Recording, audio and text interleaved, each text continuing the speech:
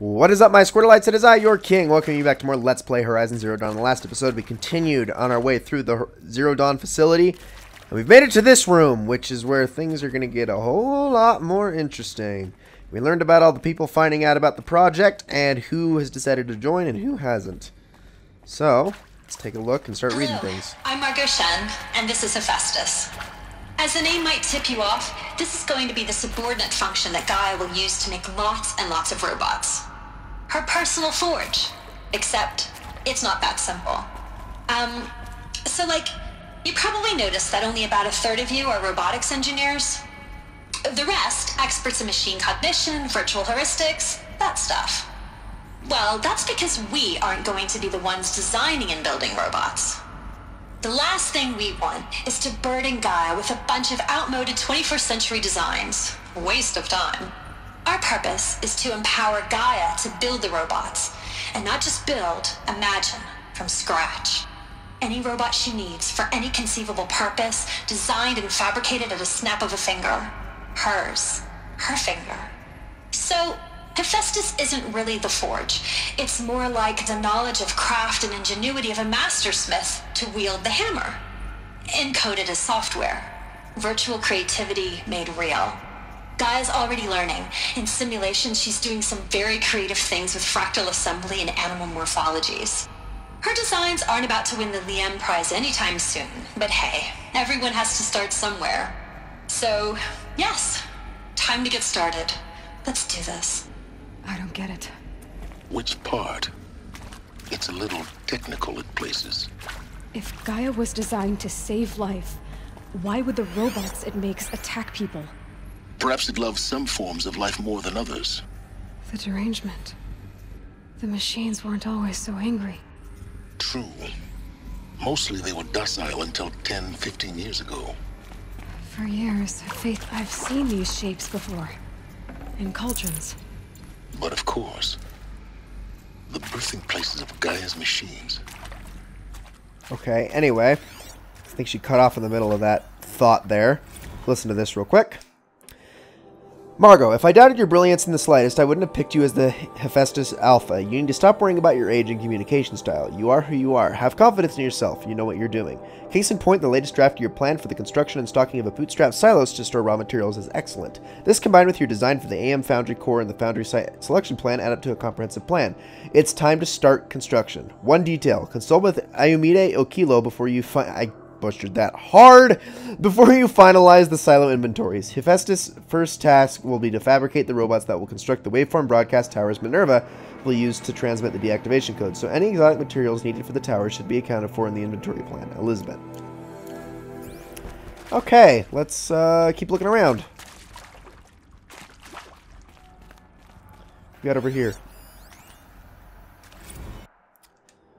Wow, you weren't kidding about the Gaia's predilection for animal morphologies. Sure, not totally unexpected given the rough natural terrain her bots will have to navigate, but I agree that there's something deeper going on here. Her designs aren't just functional, they're almost like, well, tributes is the word that comes to mind. As though she's already mourning their loss, and not just for the disappearing fauna of our time, but creatures from the fossil record too. References to megafauna in some of her designs. So cool. Well, whatever Gaia thinks up, Hephaestus will empower her to build it. I just wish we could still be around in a century or two to see what she makes. Oh, they're being so optimistic about it. It's kind of cute, actually. It really is. Margot looks like a sweetheart. But yeah, so this is how all the robots that we fight in this entire game are made. Was from that thing. That's from me. Alright, let's continue. So on to the next room. Which is where we're hopefully going to find out about more of these projects.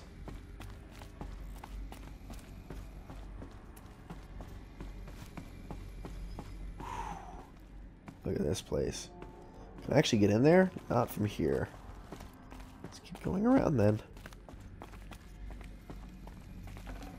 I'd have to leave something Okay, else well, behind. I can't use that. I probably should be using my potions more anyway. I think this is it. Elizabeth Sobek's office. Is it? But it's sealed off. There's more clips. Oh, great. Well, Careful now. guess we're going to have to deal with them before we get another one of those holograms. Let's keep... Just stay low. Yeah. Y'all having fun in there? I'll be after you all in a minute. Let me just make a couple more of these. Thank you. Probably should make more of these as well. Just stay nice and quiet. Anything else? Maybe we're going to run into another hologram soon. Welcome to Apollo. Oh. The collective memory of the human species and the wellspring of knowledge for future generations. I am Samina Ebaji. Until recently, I was director of the International Collective Memory Institute in New Tehran. As a heritage professional, I devoted my career to the preservation of human knowledge, creative endeavor, and cultural achievement. Apollo is, therefore, the ultimate embodiment of a lifelong passion, albeit under the very worst circumstances imaginable. The challenges before us are immense. Specifically, we will have to design and implement 4 major initiatives simultaneously. First, the construction of data repositories in cradle facilities around the world, ensuring redundancy. Second, the collection and processing of a projected 180 million discrete data entries. 42 zettabytes of data in Mandarin, English, Spanish, and Arabic. Third, the transferal and encoding of all that data onto DNA encapsulated in synthetic fossils. The only medium capacious and durable enough to safeguard it without degradation for the centuries to come. And last, but not least, the development of the holographic interface and gamified curricula, by which future humans will commune with Apollo, progressively unlocking heuristic learning modules, leveling up their knowledge and skills they will need to take control of the terraforming system. That is the future towards which all of our efforts will be directed. Not just the preservation of the past, but the seed for the flourishing of a new tree of knowledge. Welcome, and let us begin. So my question is, why can't I get in? If this is Apollo, why can't we get to it?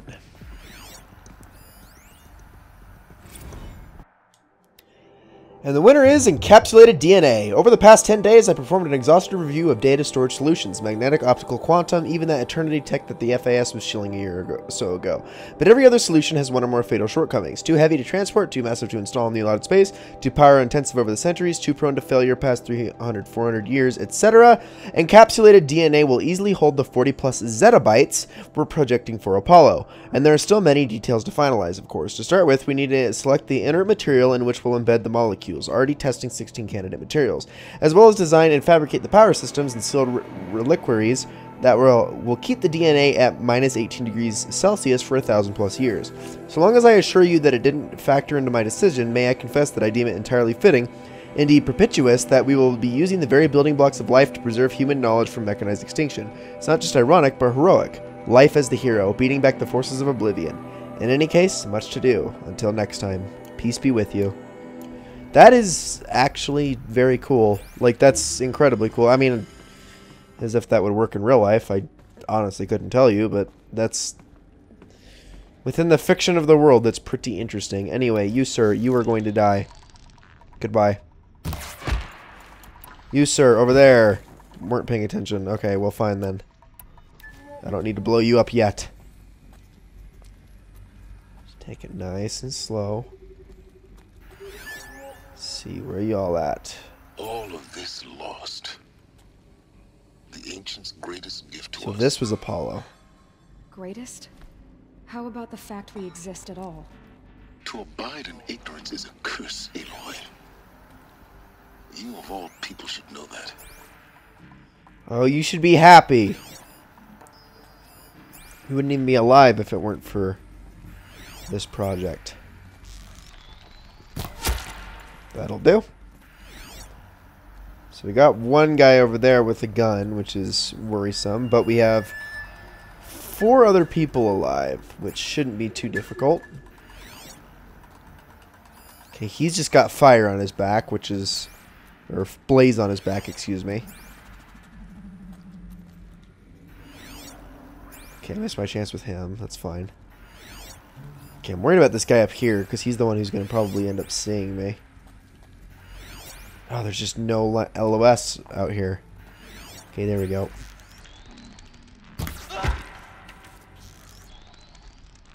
Quiet. No one's here. Shoot, shoot, shoot, shoot, shoot. No, no, no, no, no, no, no, no, shush. Crap, I'm in trouble. I'm in trouble. No, no, no.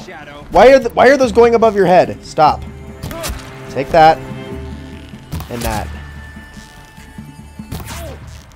Okay, actually, you need to light on fire right now.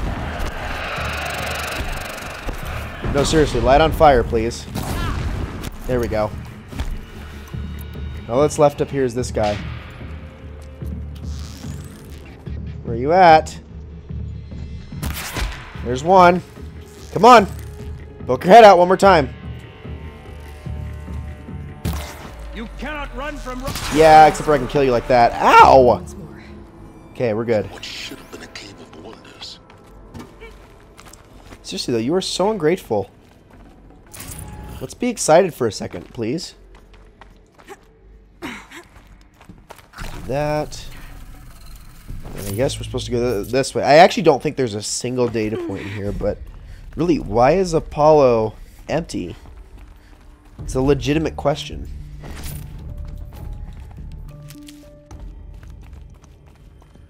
I wonder. Well, there's honestly not anything to see around here. Like, there legitimately isn't. Other than the fact to note that these databanks are all ruined. So let's head over this way. Welcome to Hades. Oh, it's you. Dawn's Extinction Failsafe Protocol.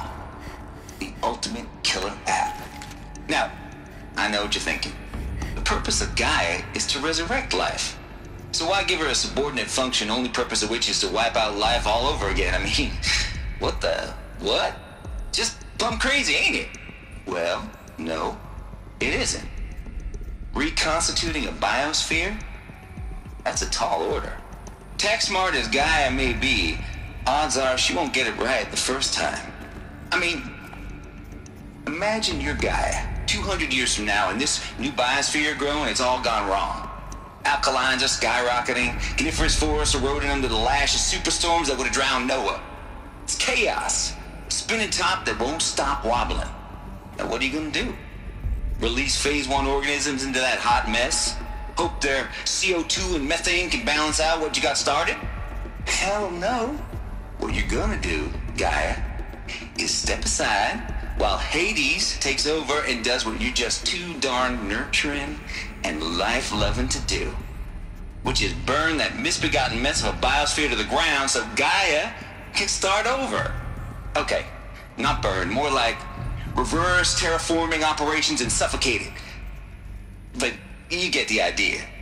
Hades takes the biosphere back to zero. Square one, blank slate. And then, only then, does it hand the steering wheel back to Gaia and say, try again, old girl. And better this time, or we'll have to do this again. That's Hades.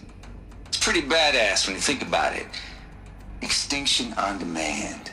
Death on speed dial. All for the greater good, of course, but still, kind of metal. So welcome to Hades. Welcome to the void. Okay, so if that's the original purpose of Hades, why does it want me extinct? We need more data. And how does it end up in the wreckage of a Pharaoh Titan, getting worshipped by the Eclipse like some kind of god? I'm learning as you are, Aloy. Keep searching. Alright, let's do it. Oh, I didn't mean to do that. Here we go. Couldn't be confounded, Lizzie. Bashcore? Anyone who says the old TT codes to Bashcore is straight up lying, and you know it. Old Trav don't have no truck with commercialized razzle-dazzle. Nuh-uh. Heck, I'd rather guzzle a liter of Satarum runoff than listen to Grey Swarm for 30 seconds, hand to God and swear on my mama's grave, and she was religious. Now that ain't bashcore blast in the Hades lab, shaking the walls, rattling folks' teeth. It's death metal, girl. Classical music, 80s and 90s mostly.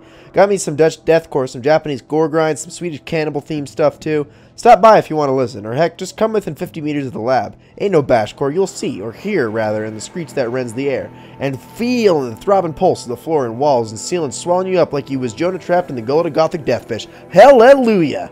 As for these requests to turn it down, no can do, Lizzie. This is how I code. Turn down my death metal? Might as well give up stimulants, chocolate malts, and industrial accident bids. Last I heard, we were supposed to be coding Hades down here. Am I really supposed to code an extinction protocol without death metal to inspire me? Nah, I don't think so. Stay cool. He's a character, alright. My goodness.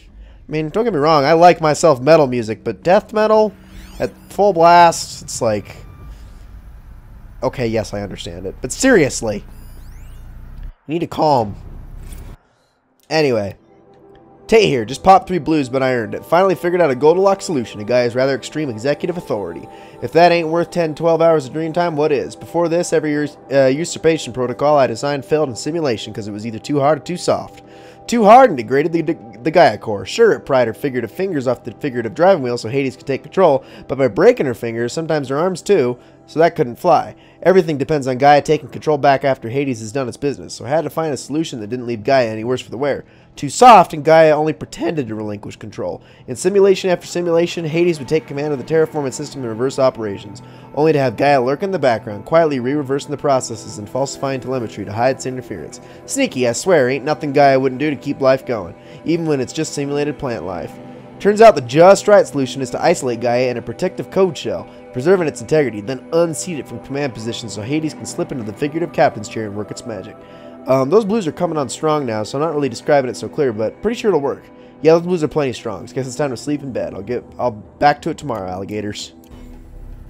Okay then. I keep doing that.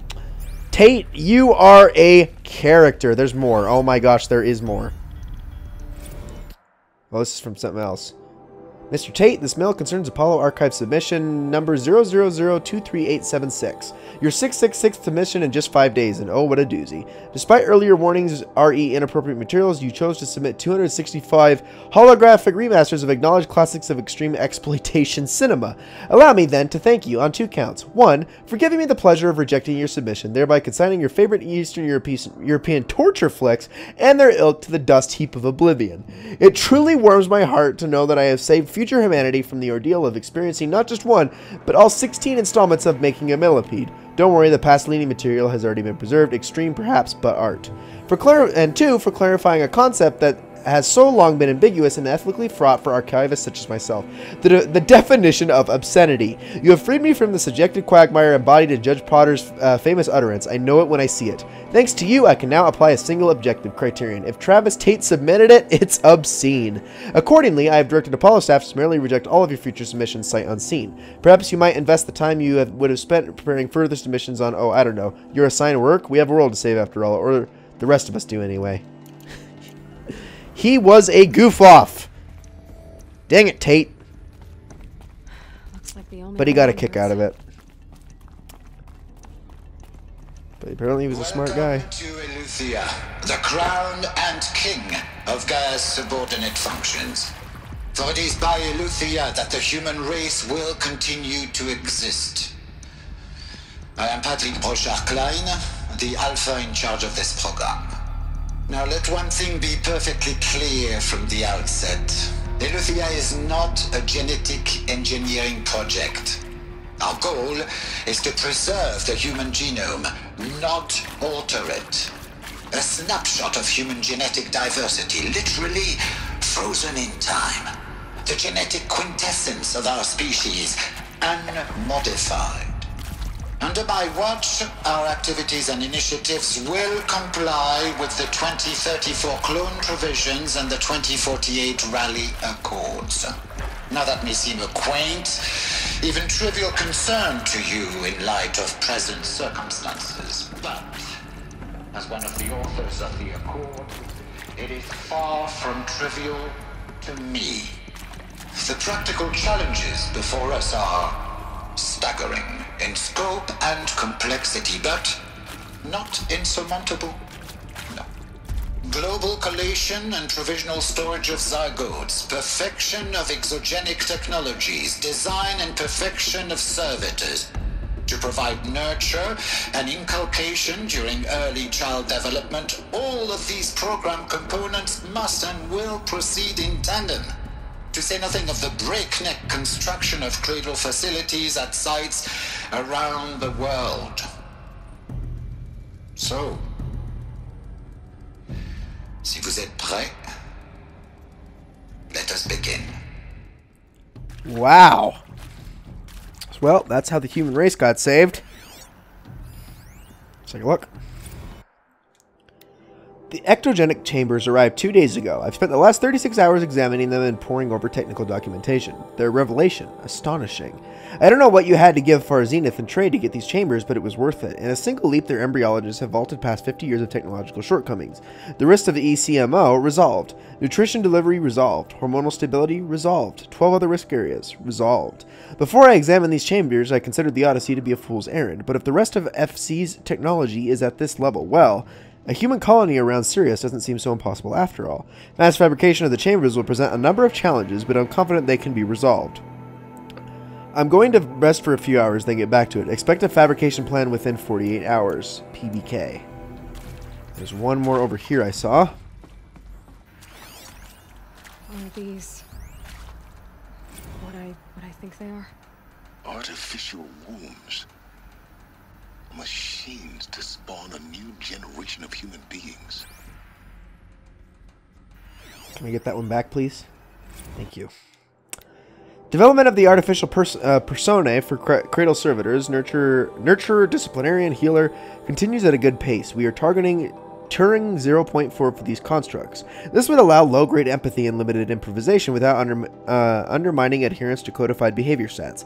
The stimulus-driven switching of personae, however, is proving to be a greater software challenge than anticipated, especially concerning our entrenched feedback loops between the disciplinarian and healer personae.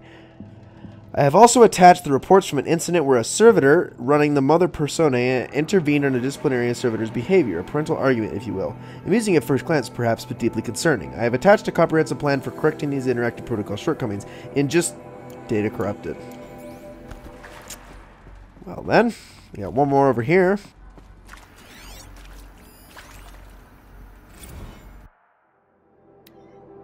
Eleuthia X-01 was successfully sealed from before the swarm advancing across Xinjiang province could detect it. Pingback from crucial systems is good. For a maiden voyage, a success.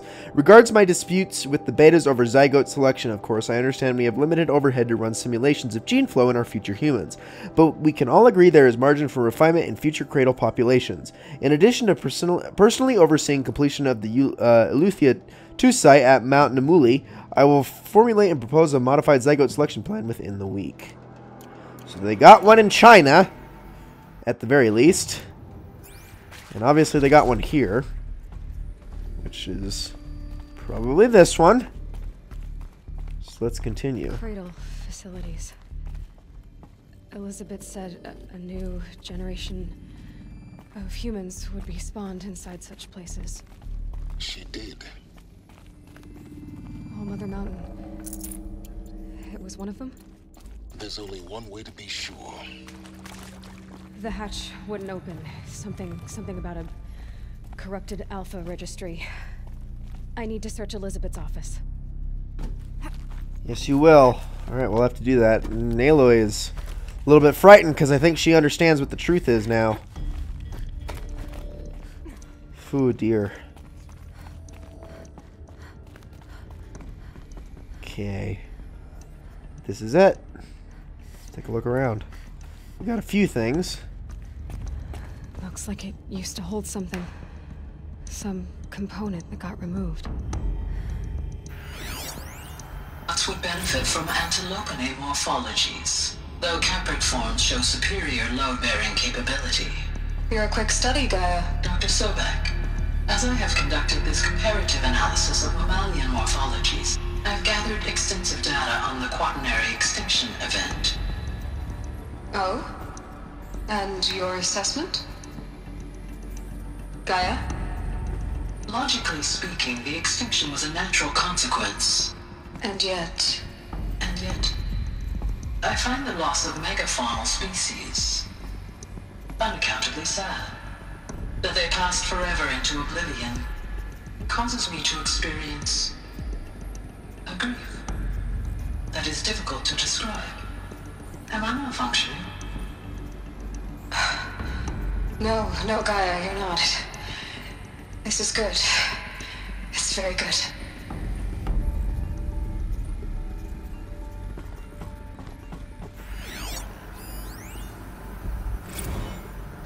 You will undergo a brief period of unconsciousness during relocation to Prime and final instatement. Elizabeth, may I speak outside protocol?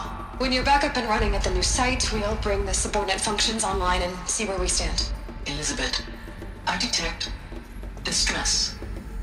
Are you all right? I'm fine. I realize that circumstances compel us to launch earlier than we hoped, but all subsystems are operational. The odds stand in our favor. But what if... Gaia, there's nothing left out there. You can't even survive unless you're wearing an environmental suit. There are billions dead, in fear and agony. What if it was all for nothing? Elizabeth, extinction was inevitable. Thanks to you, life will have a future. You really believe that? I believe in you, Elizabeth. In you, all things. Well then. Is there anything else in here? Let's just make sure of it. Yep, get over that.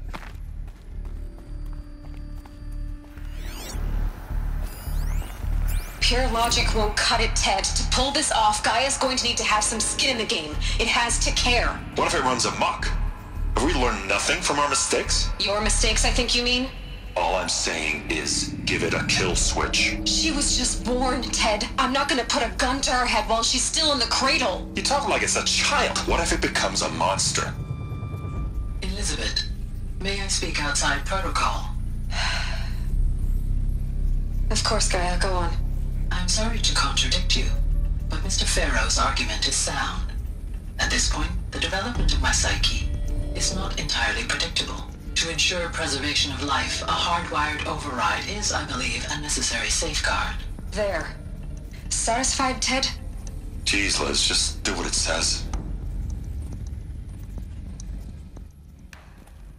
Well then. A kill switch, huh? Didn't know that was part of the plan, but apparently it is now. I wonder what that led to. We'll find out. Let's pry this open. Oh dear. Ladies and gentlemen, whatever waits for us in here is going to have to wait for the next episode. Thank you all so very much for watching. I know it has taken quite a while to get through this facility, but we're learning quite a lot. There is a lot of background story and lore in this part of the game, and I knew it was going to take us a while, so tomorrow, or not tomorrow, but next episode should probably be the last of it, at least here. So, thank you all so very much for watching. I hope you all enjoyed it very, very much, and I will see you all in the next one.